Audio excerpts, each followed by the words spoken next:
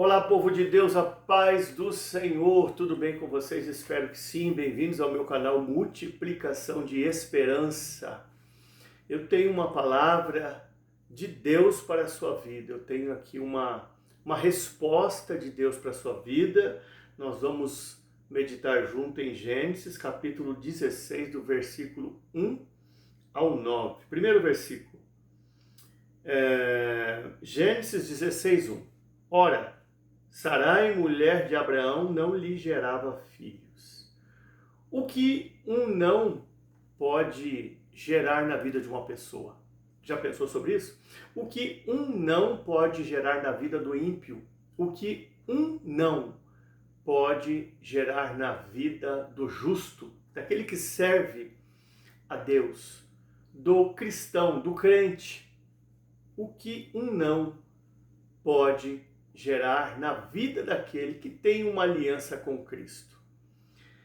Um não na vida de Sarai gerou precipitação, ansiedade e fez com que ela avançasse ao invés de esperar em Deus. Agora eu comecei a meditar um pouco na Bíblia e o Senhor me levou em Mateus capítulo 15 a meditar naquela passagem da mulher cirofenícia, que recebeu 3 nãos de Jesus.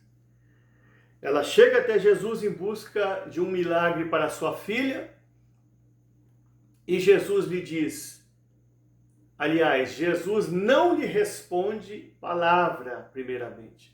Aí depois Jesus lhe diz, eu não fui enviado senão as ovelhas perdidas da casa de Israel. E depois Jesus lhe diz, não é bom pegar o pão dos filhos e dar aos cachorrinhos. 3 nãos a mulher cirofenícia recebe de Jesus. E sabe o que esses 3 nãos geram nela? Paciência, perseverança, desejo de continuar buscando, fé, longanimidade, esperança de conseguir alcançar o seu objetivo. Um não na vida de Sarai, que é crente, gera precipitação, gera angústia, gera ansiedade e ela se antecipa. 3 nãos na vida da mulher cirofenícia, que não era cristã, nem seguidora de Jesus, gera nela perseverança para alcançar o seu objetivo. Tem muito não na sua vida? Procure os sims certos.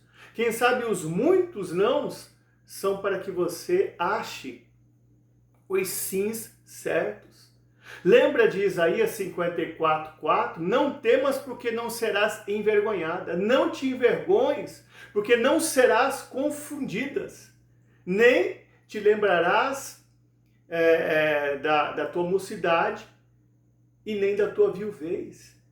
Veja quantos nãos diz também Isaías 54:4, mas no sentido positivo. Dá para você entender? Então, o que um não pode gerar na minha vida e na sua vida, para nós que somos crentes, e o que um não gera na vida de um ímpio. 3 nãos da vida da mulher cirofenícia gerou perseverança e insistência para ela continuar lutando. Um não na vida de um crente gerou precipitação. Tem crente que não pode receber não. O crente menino, ele não quer receber não. O crente carnal não quer receber não. O crente natural não quer receber não. Então, o que o não está gerando na sua vida? Continua dizendo assim, Gênesis 16, 2. E disse Sarai a Abraão, eis que o Senhor me tem impedido de gerar. Entra, pois, a minha serva Agar, porventura terei filhos dela. E ouviu Abraão a voz de Sarai. Então preste bem atenção que Sarai sabia que era Deus que estava a impedindo de gerar. Sarai sabia que era Deus a bloqueando. Sarai sabia que era Deus, de alguma forma, que estava colocando a mão na sua frente e dizendo para ela: aguarda, fica na posição, me busca mais. Sarai sabia que não era o demônio, Sarai sabia que não era o diabo, Sarai sabia que não era o amor fingido, não eram os falsos irmãos, não era uma oração contrária, não era o olho gordo, não era inveja, não era amargura, não era insatisfação alheia. Era Deus na causa, era Deus que estava pelejando contra ela. Foi Deus que cerrou a madre de Sarai. Foi Deus que a impediu de gerar, só que ela não soube lidar com o processo divino. Ela não soube, de alguma forma, lidar com a forma de Deus agir na vida dela, diferentemente de Jó. Jó passou por um processo divino severo, muito, mas muito mais difícil que o de Sarai. Só que ele soube identificar que não tinha como lutar contra o processo divino. Ele percebeu que quando Deus aplica um processo, não tem saída. Nós precisamos aceitar, porque sem o processo não tem a promessa. Se nós formos em Jó 23:8, olha o que Jó diz: eis que se eu me adianto, ali ele não está. Se torno para trás, não o percebo. Mas ele conhece o meu caminho, prova-me e sairei como ouro. O que Jó está querendo dizer com eis que se eu me adianto, ali ele não está? Se eu tentar dar um passo à frente, se eu tentar fazer do meu jeito, se eu tentar fazer com as minhas forças, ali ele não está. Ou seja, Deus não vai aprovar. Se eu torno para trás, ali não o percebo. Ou seja, se eu voltar para trás, se eu regredir, também não vou ver cumprido na minha vida o propósito de Deus. Aí ele fala assim: mas ele conhece o meu caminho, prova-me e sairei como ouro. Deu para você entender? Ele entendeu que não tinha como fugir do processo divino. Ele tinha que passar pelo processo para alcançar a promessa. Agora, Sarai não. Sarai vê que é Deus que aplicou o processo. Foi ele que fechou a porta. Por isso que diz Isaías 22:22. E porei a chave de Davi sobre o seu ombro, e abrirá e ninguém fechará, e fechará e ninguém abrirá. Isaías está falando do Messias. Então quer dizer que Jesus, ele abre a porta, mas ele também fecha. E quando ele abre, ninguém fecha. Mas quando ele fecha, ninguém abre. Então, Sarai tinha que perceber, tinha que entender e compreender e aceitar que era Deus fechando a porta para ela. Não é o momento, Sarai. Não é a estação propícia.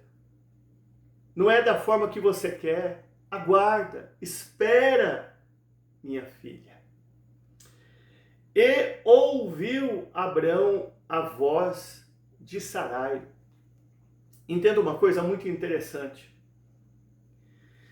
Abraão já tinha ouvido Deus falar com ele.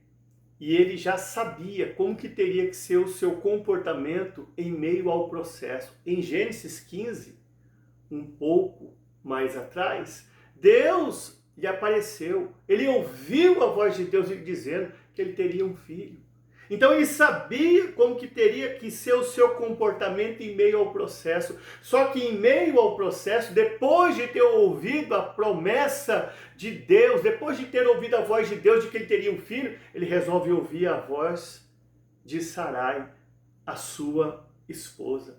Por isso que está escrito em 1 Coríntios 14:10, há porém muita espécie de vozes do mundo e todas têm um significado.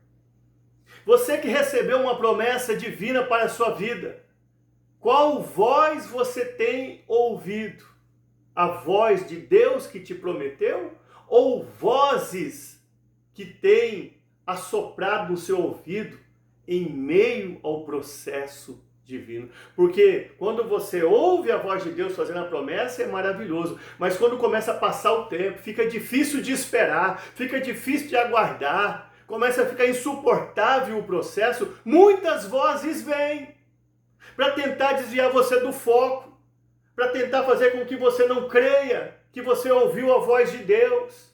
Muitas vozes vêm para tentar desvirtuar você, para fazer com que você Não acredite nesta promessa, não acredite que foi a voz de Deus que se manifestou à sua vida. Adão, ele já tinha ouvido a voz de Deus no que diz respeito a como que deveria ser o seu comportamento no Éden, mas ele resolveu ouvir a voz de Eva e deu no que deu. Potifar, ele já tinha ouvido a voz de Deus interiormente, eu tenho certeza, de como que era o caráter de sua esposa, mas ele resolveu ouvir a voz da sua esposa e prejudicou a José, mandando prender ele no cárcere.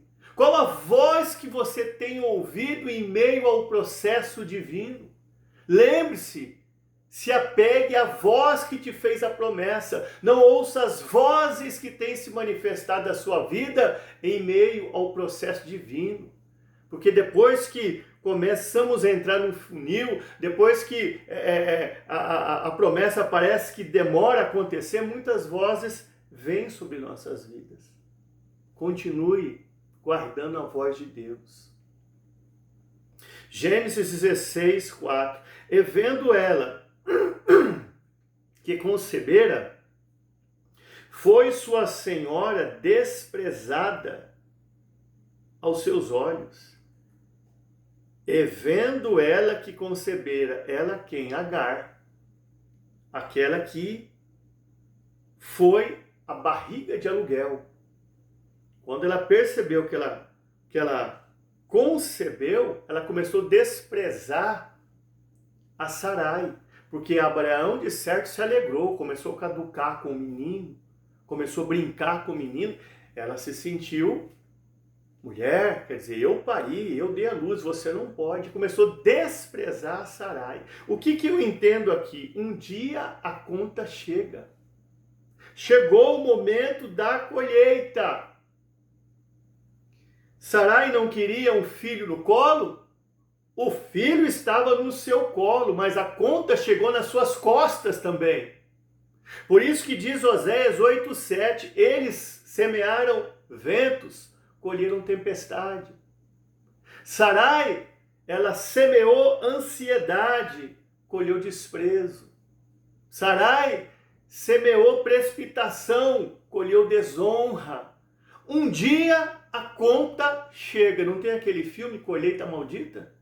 Sarai está colhendo agora o que ela plantou. Ela não queria o filho no seu colo, ela não queria embalar o menino. Ela tinha um filho no seu colo, mas eu repito, a conta chegou nas suas costas. É isso que acontece às vezes quando nós nos precipitamos.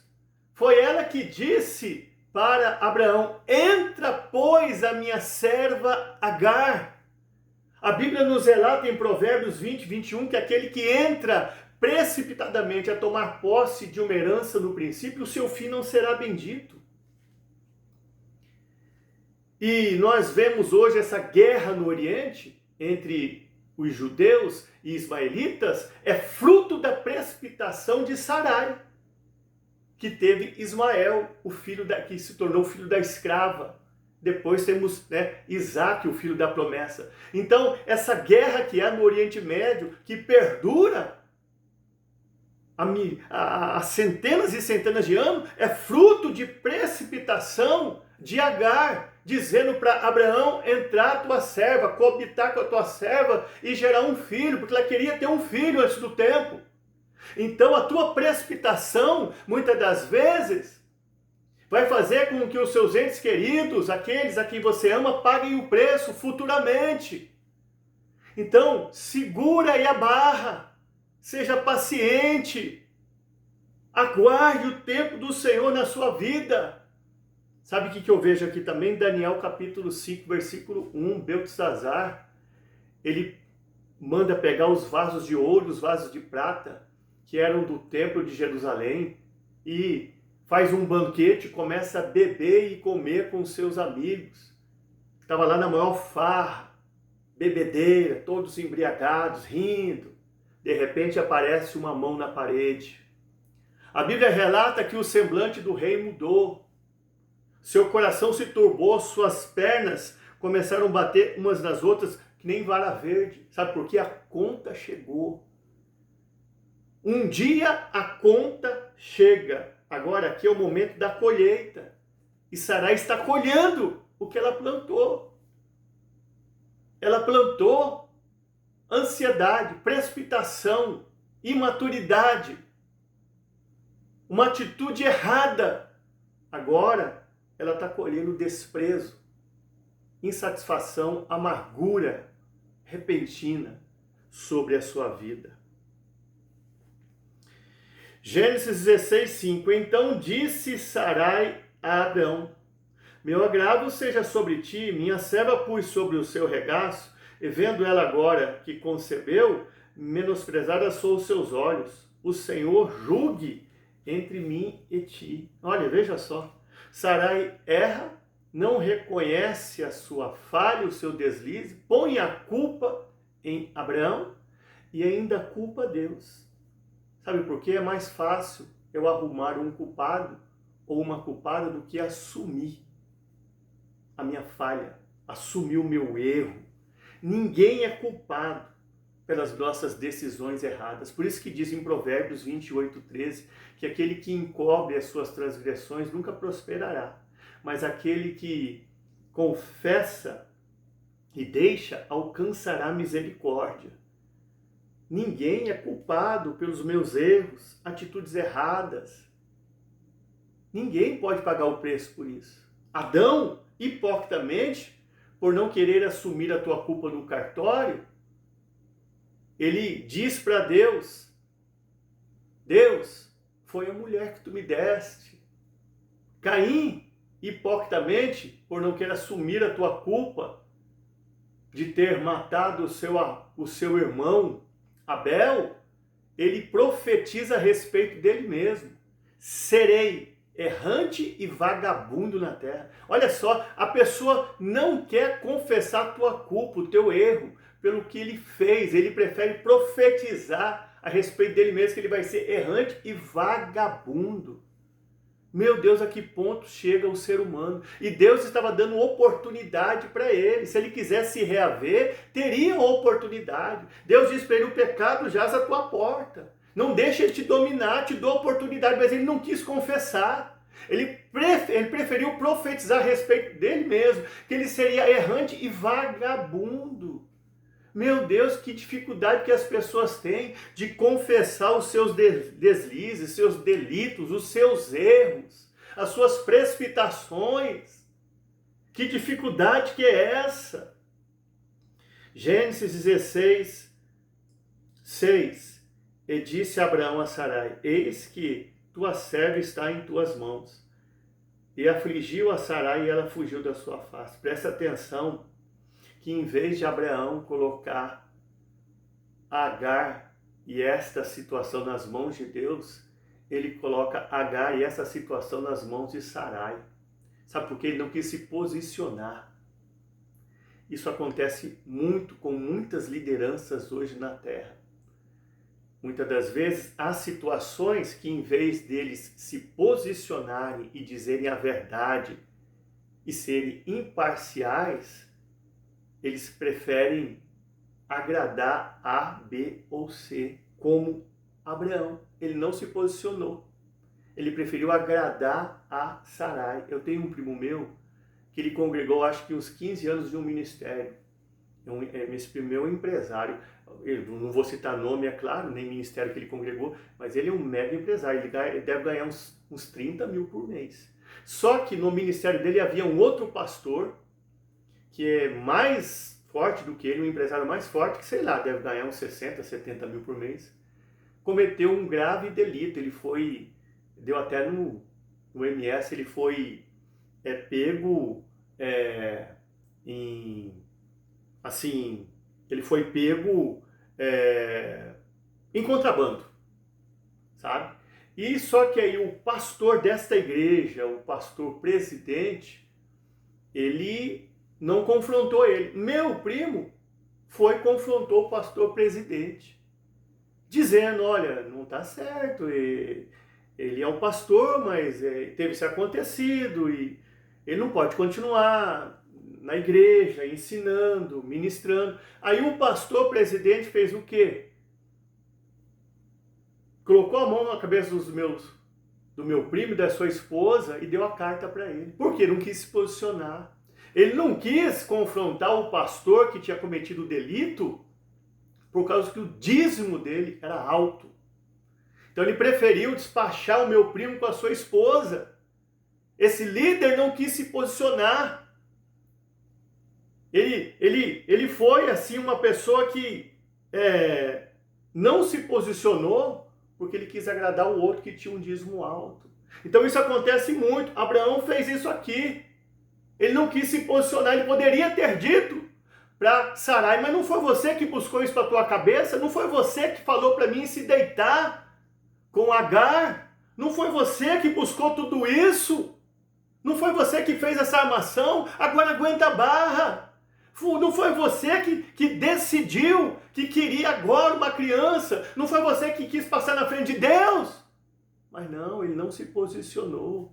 Ele agradou a Sarai. E muitos líderes têm feito isso na terra, não têm se posicionado, têm agradado um ou outro, para não desagradar o outro. Agar fugiu de sua face. Já vamos terminar. Então aqui, Agar, ela não aguenta a pressão, ela foge. Mas eu me lembro que Neemias, mesmo passando por muita pressão, Neemias 6:11, Neemias diz: um homem como eu fugiria? Não adianta fugir do problema. Nós precisamos encarar o problema de frente. Elias fugiu de Jezabel, mas Deus envia um anjo, dá pão e dá água para ele e fala para ele: se levanta, para de fugir, eu tenho chamado a sua vida. Longa será a caminhada. Você se lembra de Jessé, o cantor da década de 80? Quem é coroa como eu vai se lembrar, eu tenho 53 anos. Jessé era um escolhido de Deus, seu pai é pastor.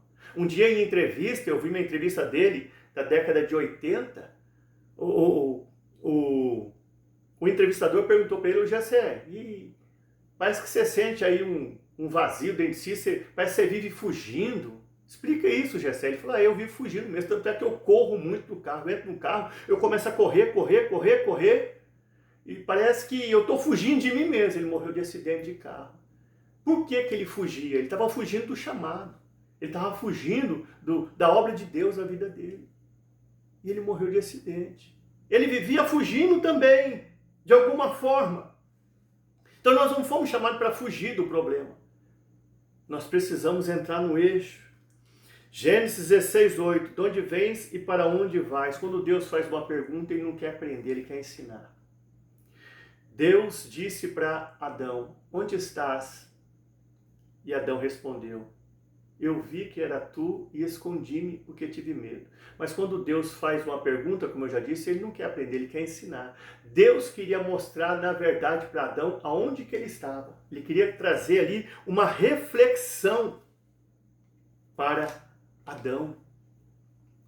E foram duas perguntas que o anjo faz para Agar: de onde vens e para onde vais? A primeira pergunta ela responde: de onde vens? Eu venho fugido da face da minha senhora. Para onde vais? Ela não responde. Sabe por quê? Porque ela estava sem destino, sem guarida, sem direção. Quem está fugindo vive uma vida sem propósito. E ela estava fugindo. Elimeleque, ele fugiu de Belém, casa de pão, porque estava faltando pão. Foi para as terras de Moab. Lá ele morreu. Ele, Malion e Quilion, os seus filhos, pagou com a vida. A morte o encontrou. Nós não podemos fugir do problema. Precisamos encarar o problema. Não adianta. Precisamos resolver o problema. E olha só. Gênesis 16:9 para terminar. Volta para a sua senhora e humilha-te debaixo da tua mão. Apocalipse 2:5. Arrepende-te. Lembra-te de onde caíste. Volta. Eu quero dizer algo para você muito importante. Não tem como eu dar a volta por cima se eu não tiver a capacidade de voltar atrás e reconhecer os meus erros. Vou repetir, não tem como dar a volta por cima na vida se eu não tiver a capacidade de voltar atrás e reconhecer os meus erros.